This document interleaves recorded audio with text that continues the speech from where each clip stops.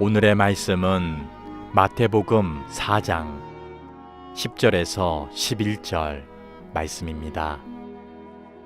이에 예수께서 말씀하시되 사탄아 물러가라. 기록되었으되 주 너의 하나님께 경배하고 다만 그를 섬기라 하였느니라. 이에 마귀는 예수를 떠나고 천사들이 나와서 수종드니라.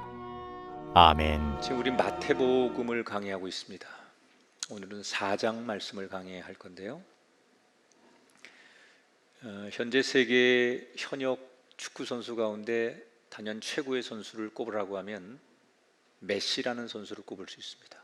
지난 8월 10일 원래 소속팀이었던 스페인에서 프랑스 파리로 팀을 옮겼는데, 옮기는 조건으로 연봉이 우리 돈으로 무려 879억 원을 받기로 합니다.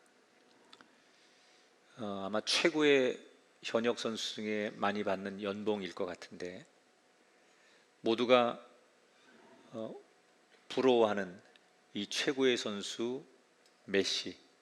그러나 그도 처음부터 이렇게 대단한 스타 대접을 받고 많은 연봉을 받는 선수가 아니었습니다.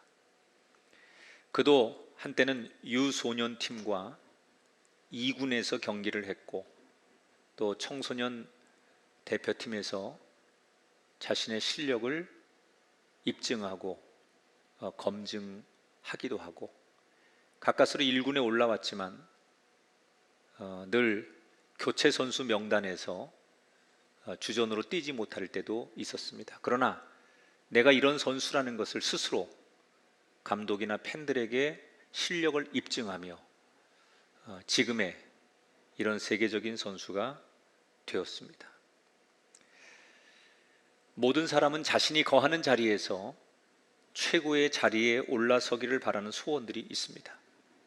그러나 모두가 자기 소원대로 그 최고의 자리에 올라설 수 있는 게 아닙니다.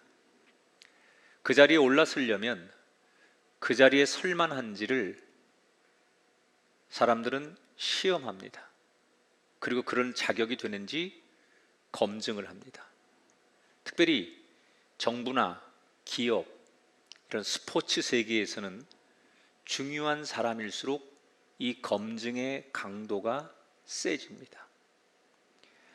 그런 맥락에서 저는 하나님의 일도 그렇다고 생각합니다. 여러분, 하나님의 일의 궁극적인 목적은 영혼을 살리는 거예요. 우리가 하는 일이 많죠. 하나님의 일, 어떤 사람은 찬양하고, 어떤 사람은 주방에서 봉사하고, 어떤 사람은 선교회에서 봉사하고, 어떤 사람은 셀리더가 되기도 하고.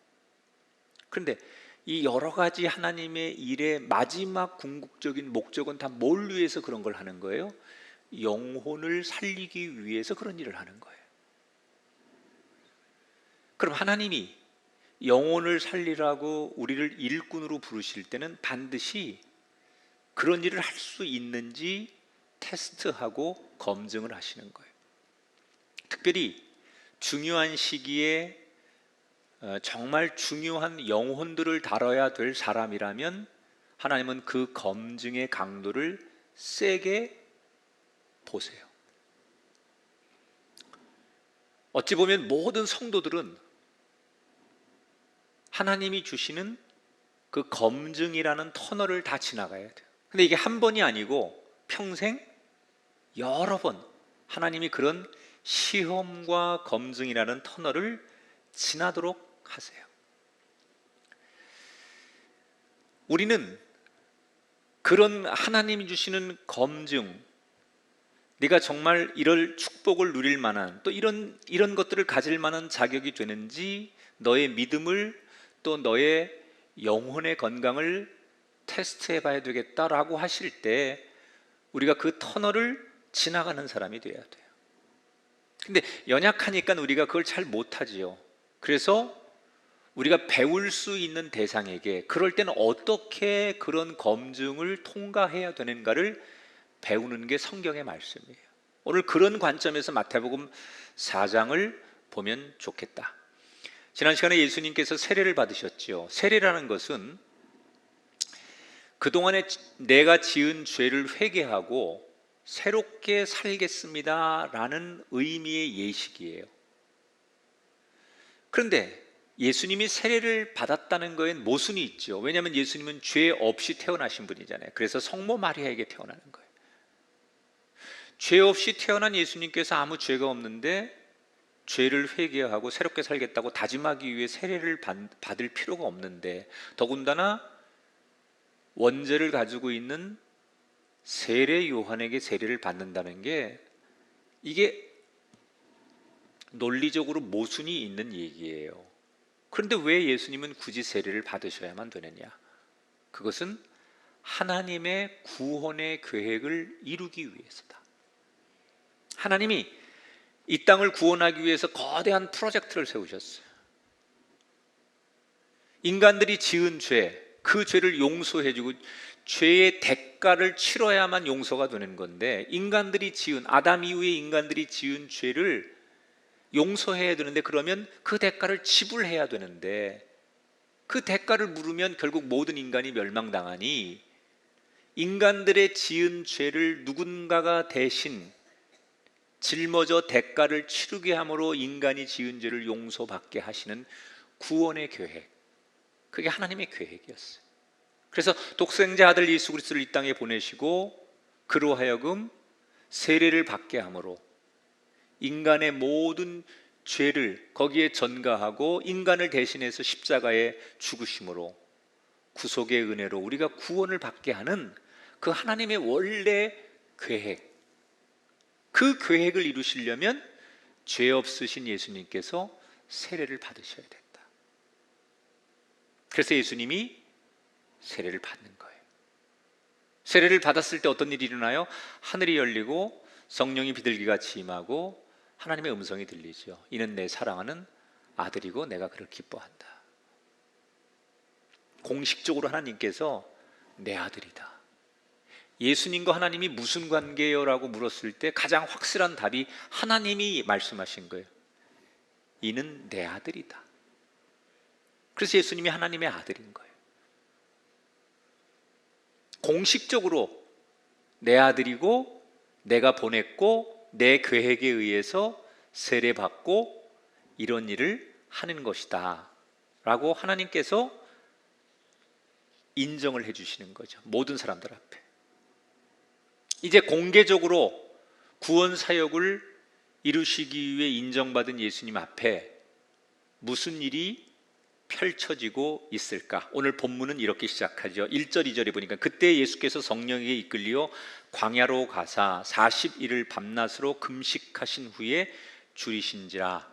자, 예수님이 세례 받으실 때 이미 성령의 임재가 있었어요. 하나님의 영이죠. 그리고 세례 받으신 다음에 성령이 예수님을 이끌고 어디로 갔다고요? 광야로 이끌고 갔다고 그랬어요. 그리고 거기서 40일을 금식기도 하셨어요. 왜 성령은 예수님을 40일 금식기도를 하기 위한 장소로 광야로 이끌었을까? 아니, 산에 들어가서 깊은 산 속에서 기도할 수 있고 또는 갈릴리 호수 옆에서 기도할 수도 있을 텐데, 성전도 있는데 왜 성령은 예수님을 굳이 광야라고 하는 곳으로 이끄셨을까? 여러분, 광야는 어떤 곳입니까? 사람이 살만한 곳이 못 되는 곳이 광야예요. 인적이 없지요. 그래서 굉장히 위험한 곳이에요. 그런 환경이기 때문에 광야에서는 오직 다른 것을 의지할 수 없고 하나님만 의지하고 하나님만 바라보기에 가장 좋은 곳이에요. 인간에게 가장 힘든 곳이지만 그렇기 때문에 더더욱 광야는 하나님만 의지하고 하나님만 바라보기에 가장 적합한 장소예요. 하나님은 때때로 우리를 여러 인생의 광야로 이끄세요. 어떤 사람에겐 경제적 광야, 어떤 사람에겐 건강의 광야, 어떤 사람에겐 사람과의 갈등의 광야. 지금 딱 여러분의 형편이 광야 한복판에 서서 너무 삭막하고 아슬아슬하고 아무것도 도대체 길이 보이지 않는 그런 처지에 놓인 분들이, 여러분 지금 여러분은 광야를 만나신 거예요. 그 하나님이 왜 하나님의 자녀인 나와 우리 가정을 굳이 광야로 이끄시는 걸까? 푸른 초장 쉴만한 물가가 아닌 왜 나를 하나님 광야로 이렇게 이끄셨습니까? 라고 물을 때 그 질문에 대한 답이 뭐냐? 광야가 여러분에게 힘들고 위험하고 고통스러운 곳이지만, 그렇기 때문에 우리는 그 고통 때문에, 그 힘들기 때문에 더더욱 하나님을 부를 수밖에 없고, 하나님의 음성을 듣기에 가장 좋을 때고, 그때가 하나님을 만나기에 가장 좋을 때라는 거예요. 그래서 정말 하나님은 때때로 당신이 너무나 사랑하고 반드시 쓰셔야 할 과정을 만드실 때 우리들에게 먼저 광야로 우리를 이끄신다는 거예요. 여러분, 금식 기도를 해보신 분은 알겠지만 금식은 정말 힘듭니다. 처음에는 얼마 동안을 버티지만 계속 금식을 하면 몸에 힘이 쫙 빠지고요, 마지막에 제일 고통스러운 건 뇌가 몽롱해지고 환각과 환청이 들릴 정도로 금식은 육신적으로 아주 극적인 상태까지 가는 거예요. 근데 이 금식의 장점은 뭐냐면, 금식을 하면 육신은 힘들지만 영혼이 하나님과 정말 말할 수 없는 깊은 교제를 나눠요. 세상이 줄 수 없는 그 기쁨이 내 영혼에 충만한 거예요. 그래서 영적으로 너무너무 자신감이 생겨요, 금식을 하면. 근데 반면에 육신은 너무너무 고통스럽고 축 처지게 되죠. 그러니까 양면의 칼, 이 양날의 칼과 같은 거예요. 영적으로 충만해지지만 육신적으로 한없이 약해지는 거예요. 그런데 오늘 성경에 보면 바로 그때를 놓치지 않고 마귀가 예수님에게 속삭이는 거예요. 그때라는 거예요, 여러분. 그때 영적으로 내가 충만해서 내 영혼이 하나님께 가까이 나갔을 때, 아니면 육신적으로 곤고하거나 사람이 지쳐있거나 뭔가 마귀에게 요만한 틈을 줄 수 있는 여지가 있을 때, 영적으로 충만하다고 해서 시험이 없는 게 아니에요. 영적으로 충만할 때, 은혜가 많을 때 가장 큰 시험도 있고요, 사람이 육신적으로 인간적으로 곤고해지면 그때도 시험이 임할 수 있는 거예요. 사탄은 그때를 놓치지 않아요. 우리에게는 그때라는 걸 잘 모르지만 사탄은 그때, 자기가 공격하고 자기가 유혹하고 자기가 우리를 넘어뜨릴 때를 너무나 잘 알기 때문에 그때를 놓치지 않고 그 틈을 비집고 예수님에게 속삭이는 거예요. 어느 순간 예수님 마음에 이런 속삭임이 들려요.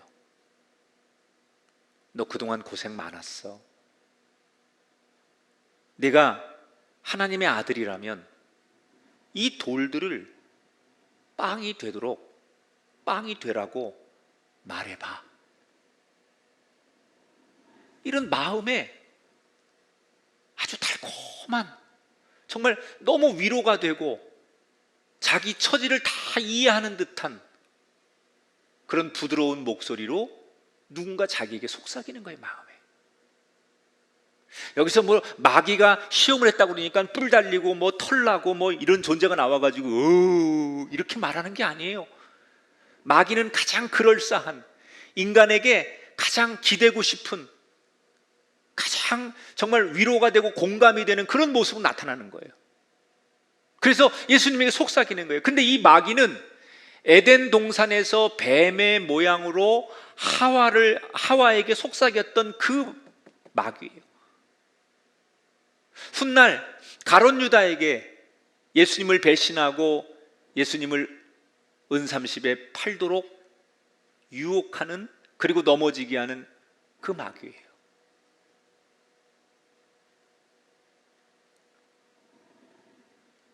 예수님에게 속삭입니다. 네가 하나님의 아들이거든 이 돌을 빵이 되라고 말하면 돼.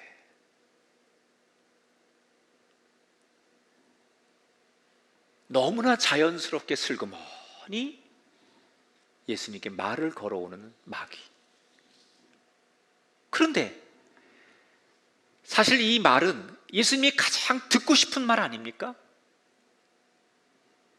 지금 육신적으로 한 모금의 물과 작은 빵이 필요한 예수님에게는 가장 필요한 거예요. 가장 연약한 부분을 사탄이 건드는 거예요. 얼마나 여러분 사탄이 우리보다 한 수 위인가 보세요.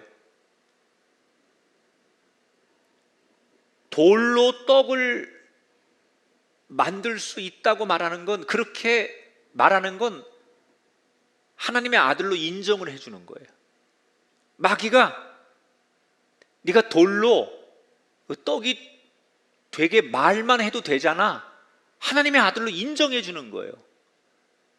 그러면서 또 한편으로는 그걸 먹게 함으로써 예수님을 한낱 연약한 인간으로 만들어버리고 빵에 의존할 수밖에 없는, 떡에 매이는 인생으로, 그런 인생으로 예수님을 전락하게 만들어버리는 계략이 이 마귀에게 있는 거예요. 마귀라는 뜻은 시험하는 자라는 뜻이거든요. 마귀는 끊임없이 시험하죠. 그러면 여기서 여러분, 우리가 궁금한 게 하나 있잖아요. 왜 성령께서, 예수님이 세례를 받을 때 성령이 임하셨고 그 성령이 예수님을 광야로 인도해서 40일을 같이 동행하셨고, 그런데 이 마귀가 시험하는 것을 왜 성령께서는 용납하셨을까?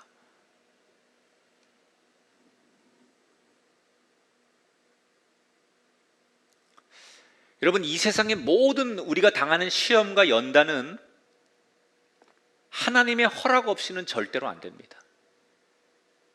마귀가 우리를 넘어뜨리려고 사탄이 우리를 시험하는 이 모든 것도 하나님이 허락하셔야만 되는 거예요.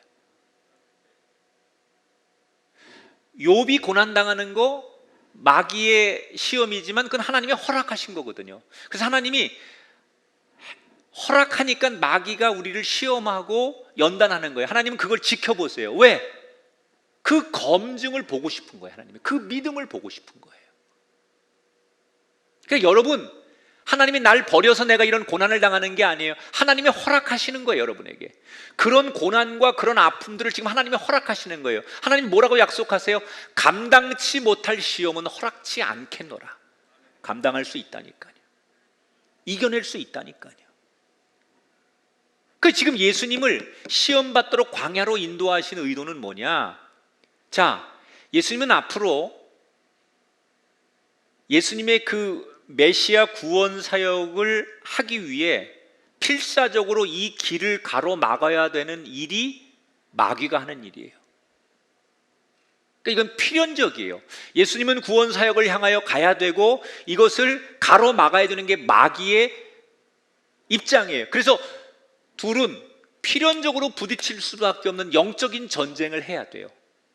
여기에서 지금 이 광야에서 시험을 피한다고 될 일이 아니에요. 계속해서 앞으로 부딪혀서 십자가의 승리가 이루어질 때까지, 완전한 승리가 이루어질 때까지 마귀와 예수님의 사역은 계속 영적으로 전쟁할 수밖에 없지요. 그래서 하나님은 부딪혀 싸워 이 전쟁에서 이기기를 원하시는 거예요. 자, 가장 연약한 부분으로 속삭이며 넘어뜨리려고 다가오는, 정말 가장 그럴싸하게 다가오는 이 마귀의 유혹 앞에 예수님은 고민합니다. 고민 안 하지 않아요. 너무나 그럴싸하고 너무나 속삭이는 얘기가 마치 성령이 하는 음성처럼도 들리고 하니 예수님은 고민이 돼요. 예수님에게는 돌로 빵을 만들 수 있는 능력이 있는 것도 맞아요. 그런데 뭘 고민하느냐, 예수님이. 하나님이 나에게 주신 이 능력은 하나님을 전하고 높이라고 주어진 능력인데, 마귀는 하나님을 높이고 전하라고 주신 이 능력을 나의 생존을 위해서, 나의 유익을 위해서, 나의 만족을 위해서 쓰라고 속삭이는데 이게 맞느냐 이거예요. 내게 능력이 있는 거 알아요, 예수님도. 그런데 이걸 쓰는 게 목적이 하나님이 하나님을 위해 쓰라고 주셨는데 이게 갑자기 나를 위해 쓰는 것이 맞는 것이냐, 이걸 가지고 예수님이 고민하는 거예요. 사탄은 예수님이 고민하는 걸 너무 잘 아니까 이렇게 속삭이는 거예요. 그동안 하나님을 위해 40일 동안 금식하며 잘했잖아. 딱 한 번인데 어때? 지금 네가 하나님의 아들인데 이렇게 배고파서 이렇게 육신적으로 처져 있으면 돼? 괜찮아. 지금까지 잘했으니까 그 보상으로 딱 한 번 너를 위해 하면 돼. 너무나 달콤한 얘기예요.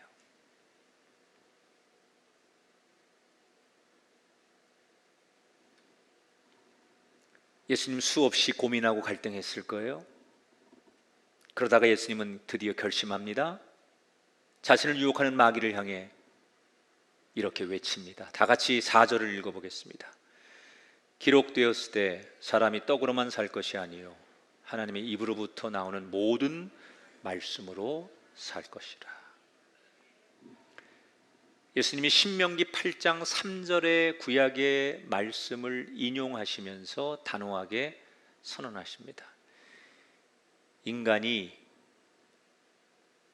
먹고 사는 문제로 행복한 것이 아니라 하나님의 입에서 나오는 말씀을 들어야 행복한 것이다. 이 신명기 8장 3절의 말씀의 배경은 뭐예요? 이스라엘 백성들이 광야를 지날 때 하나님께서 먹고 사는 문제는 해결해 주시죠. 만나와 메추라기를 주시잖아요. 그러나 만나와 메추라기로 배고프지 않는다고 해서 행복한 게 아니에요. 그들이 그 광야를 지나면서 약속의 땅 가나안에 들어갈 때 먹고 사는 문제가 해결되지 않아서 불행하고 행복한 것이 아니라 하나님 말씀대로 살 때 그들은 행복하고 하나님 말씀을 거역할 때 불행한 거예요. 먹고 사는 문제가 해결이 되느냐가 중요한 게 아니라 하나님의 말씀을 내가 듣고 있느냐가 중요하다는 거예요. 지금 신명기 8장 3절의 말씀의 배경은 그건데 예수님이 그 말씀을 근거로 말씀하시는 거예요. 나를 위해 사는 것보다는 하나님을 위해 사는 것이 맞다.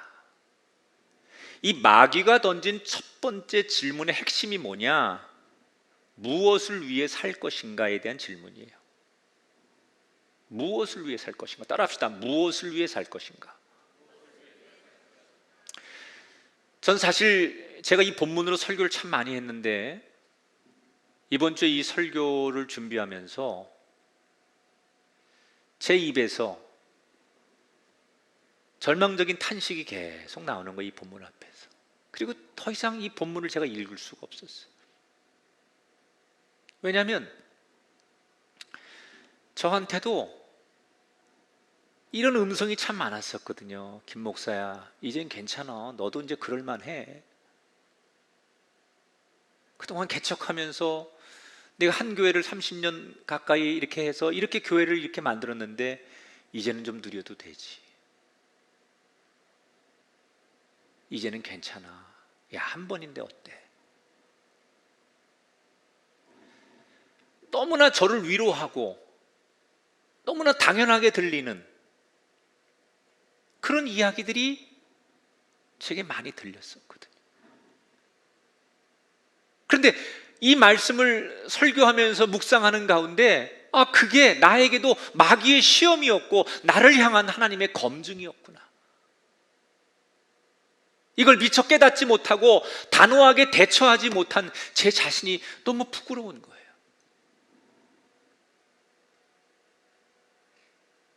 그래도 돼. 이제 김 목사, 당신 그래도 될 때가 됐잖아. 이게 동료 목사들로부터, 때로는 교인들로부터, 때로는 뭐 내가 가장 신뢰하는 사람들로부터 나를 위로한답시고 들려오는 그 얘기가 진짜 위로가 아니더라는 거예요. 그게 마귀의 시험이었고 하나님의 검증이었구나. 너무나 부끄러웠어요. 오늘 이 설교를 듣는 여러분에게 묻고 싶어요. 여러분은 무엇을 위해 살고 계십니까? 여러분이 가지고 계신 건강과 재능과 인기, 명예, 지식, 이걸 무엇을 위해 쓰고 계십니까? 우리는 어릴 때부터 학교를 다니면서 우리가 수없이 배운 진리가 뭐냐면 인생의 목적은 자아 실현이다. 많은 것을 얻고 많은 것을 누리고 내 만족을 느끼고 사는 것.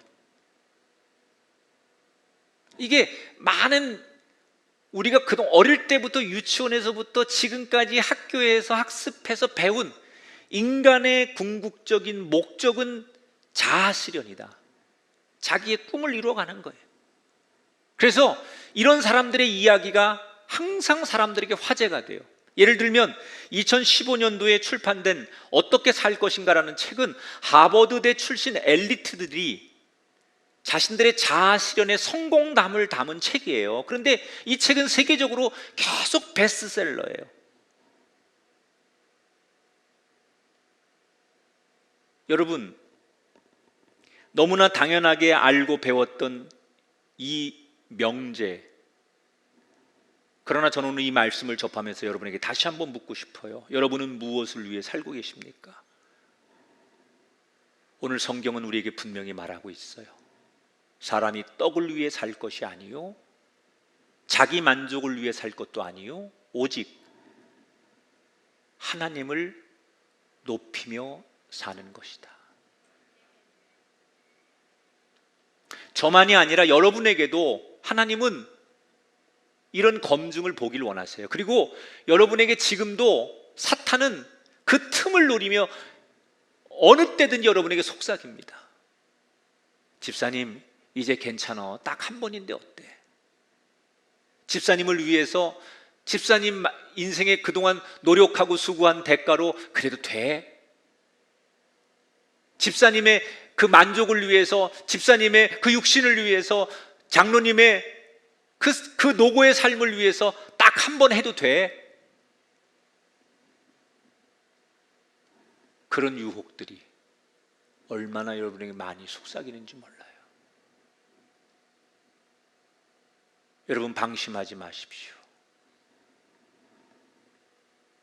예수님처럼 고민은 하시되 단호하게 하나님을 높이는 길을 선택하셔서 저와 여러분도 그 검증의 터널을 통과할 수 있게 되기를 주님의 이름으로 축원합니다.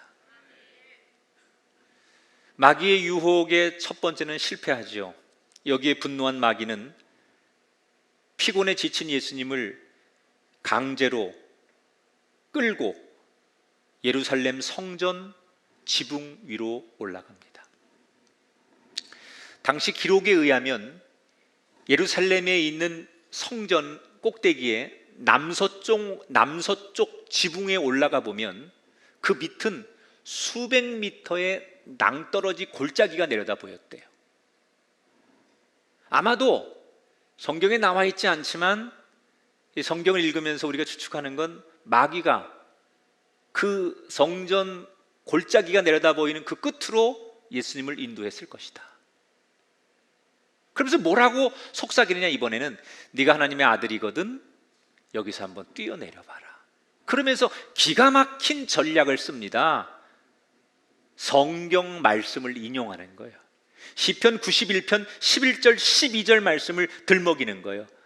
하나님을 자신의 피난처로 삼으면 하나님께서 천사를 보내서 그 사람을 지키시고 발이 돌에 부딪히지 않게 하신다.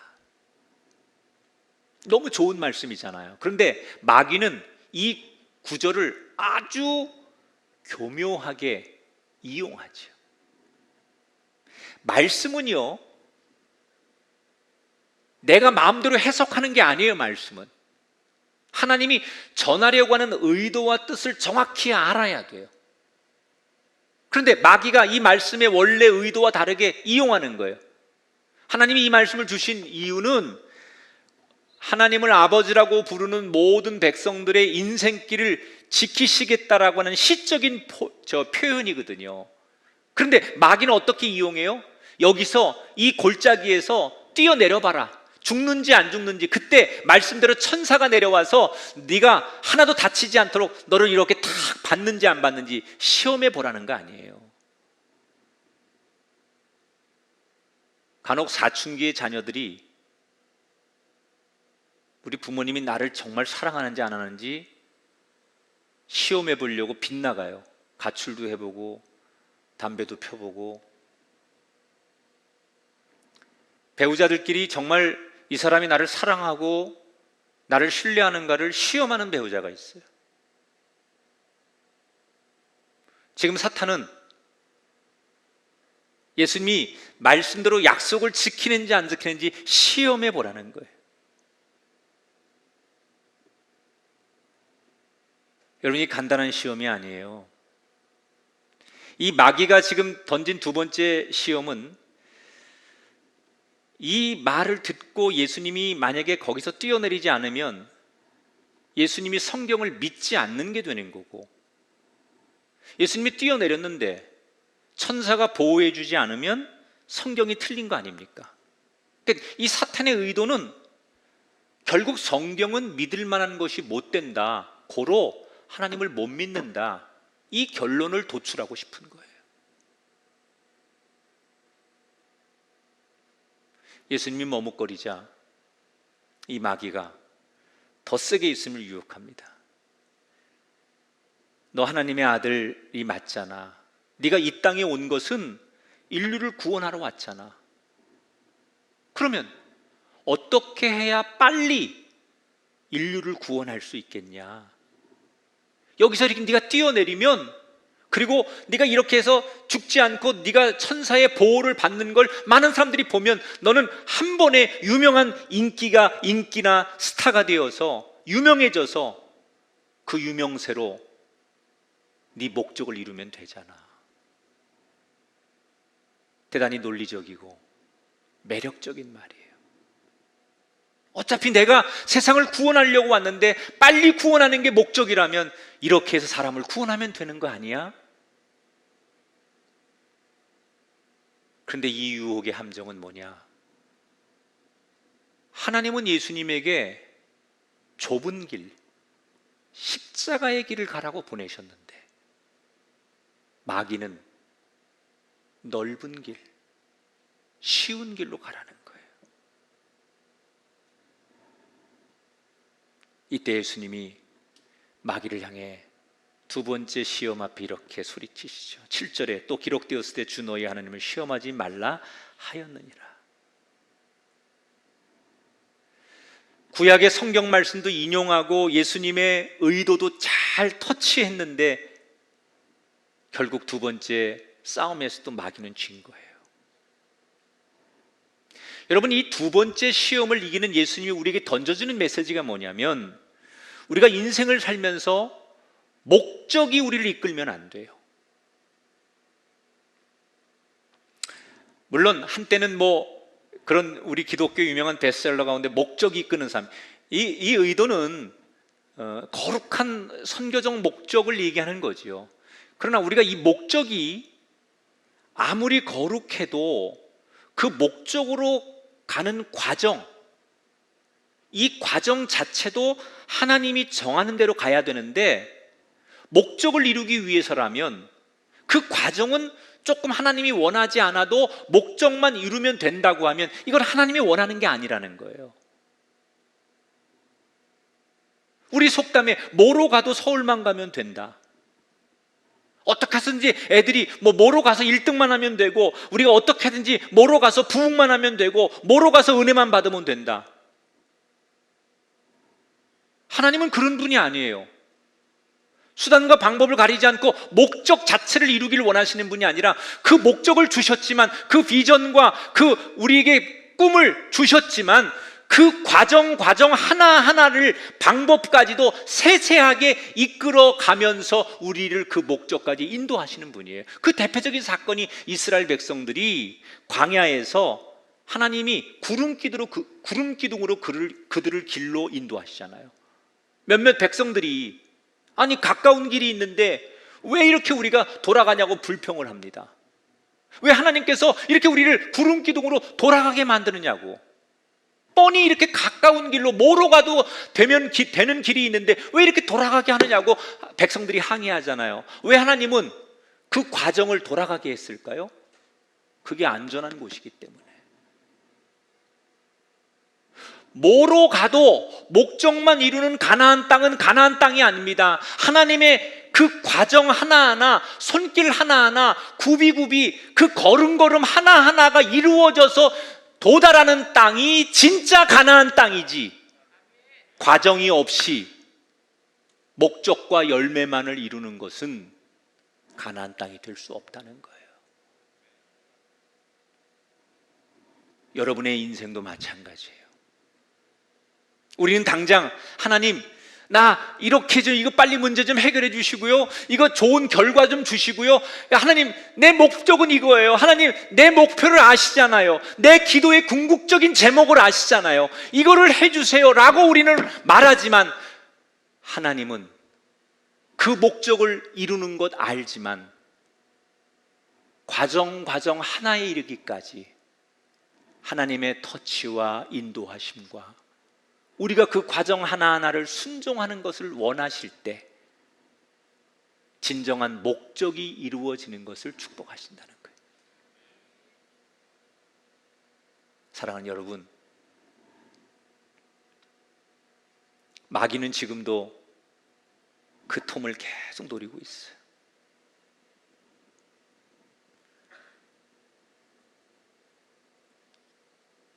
하나님이 인도한다고?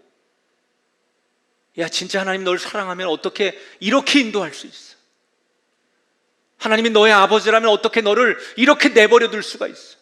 네가 이렇게 고통당하고 이렇게 쓰러지고 이렇게 망하고, 그렇게 예수 잘 믿는 너의 어머니가, 너의 아버지가 평생 교회 위에 헌신했는데 말년에 그렇게 고통당하시고 병들고 연약해지는 모습 보면서 너 그래도 하나님의 인도하심을 믿을 거야? 이렇게 유혹합니다.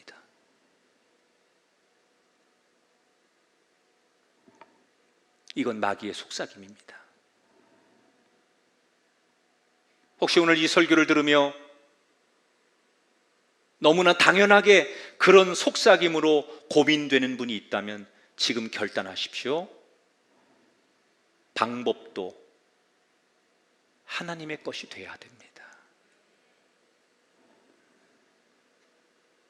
하나님은 그 검증을 하기를 원하시는 거예요. 두 번째, 유혹에 실패한 마귀는 마지막 시험의 장소로 예수님을 끌고 가죠. 산 꼭대기로 끌고 가요. 그리고 산 꼭대기 발밑에 쫙 펼쳐져 있는 세상의 화려한 문명, 왕족들, 귀족들, 세상의 가장 좋은 것들을 다 한눈에 예수님에게 보여주면서 대놓고 회유를 합니다. 이거 다 내 건데, 내가 다스리는 거고 내가 마음대로 할 수 있는 건데, 이 쾌락, 이 기쁨, 이 엔조이, 이 모든 화려함, 이 모든 열광 다 너에게 줄게. 대신 나에게 한 번만 엎드려 절하면 돼. 내 모든 거 너에게 다 줄게.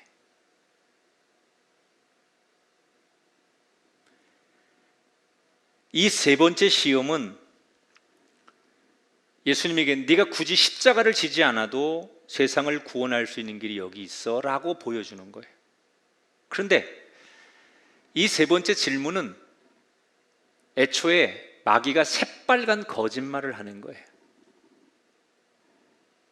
마귀가 이 세상에 화려하고 모든 권력과 인기, 명예 이런 것들을 다 보여주면서 이게 내 것이라고 말하지만 이건 거짓말이에요. 이 세상의 주인은 하나님이십니다. 그런데 어떻게 마귀가 이 세상에서 왕노릇하느냐? 원래는 이 세상 모든 게 하나님의 것이잖아요. 그런데 인간이 죄를 지어서 타락해서 하나님과 우리 사이가 그 죄로 인해서 하나님으로부터 우리가 버림을 받아요. 그 죄로 인해 우리가 하나님 앞에 나가지 못해요. 그러는 동안에 마귀가 인간들을 속이는 거예요. 우리가 하나님 앞에 나가지 못하는 그 사이에 우리에게 마치 하나님의 것을 자기 것인 양 마귀가 이거 내 거야, 그리고 허풍을 떠는 거예요. 내 마음대로 할 수 있어. 내가 모든 여기 이 세상을 다스리는 왕이야, 세상 권세를 잡은 왕이야 라고 거짓말로 세상을 다스리고 있는 거예요. 여러분, 이 세상은 하나님의 겁니다. 공중 권세 잡은 마귀는 잠시 동안 하나님이 없는 틈을 타 거짓말하고 있는 거예요. 이걸 너무나 잘 아는 예수님이 결론적으로 던진 10절의 말씀, 사탄아 물러가라, 이 거짓말장이야 물러가라. 기록되었을 때 주 너의 하나님께 경배하고 다만 그를 섬겨라.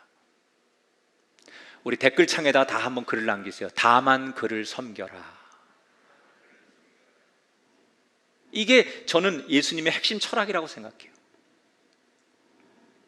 다만 다른 곳에 한눈 팔지 않고 내가 이거를 해서 뭘 얻어야지, 이런 다른 목적을 생각하지 않아요. 하나님 섬기는 것 외에는 다른 거 생각하지 않고 하나님을 섬기는 것에만 최선을 다하겠다는 거예요. 왜 예수님이 이런 결론에 도달하느냐? 세상에 별 시험들, 유혹들, 어려움들, 이런 것들이 우리한테 다 막 도전해 오고 평생을 우리를 그렇게 괴롭히고 세상이 우리를 죽일 것처럼 달려들어도, 별별 일이 다 일어나도 결국 이 세상은 마지막에 하나님이 이기십니다. 그 신뢰, 그 믿음이 예수님에게 있었기 때문에 별의별 방법으로 자기를 시험하고 자기를 넘어뜨리려고 하고 그럴싸하게 속여도 결국 마지막에는 이 영적 전쟁에서 하나님이 이긴다는 것을 알았던 예수님은 그 신뢰와 믿음으로 나는 끝까지 하나님을 높이는 길을 선택하겠다는 거예요. 여러분, 이게 오늘 저와 여러분이 배워야 될 길 아닙니까? 예수님이 이렇게 하신 것처럼 우리도 똑같이 따라하는 거예요.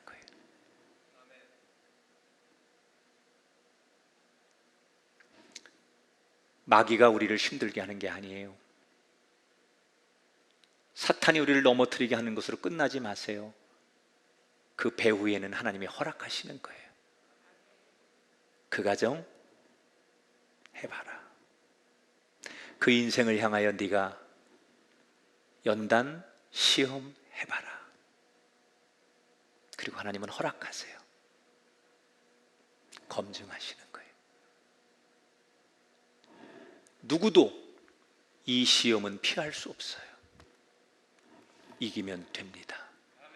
감당치 못할 시험을 허락지 않겠노라고. 너는 내 사랑하는 내 자녀라고 이미 선언하고 던지신 질문이기에 당당하게 그 시험을 통과하고 이기는 예수님의 제자들이 되시기를 주님의 이름으로 축원합니다.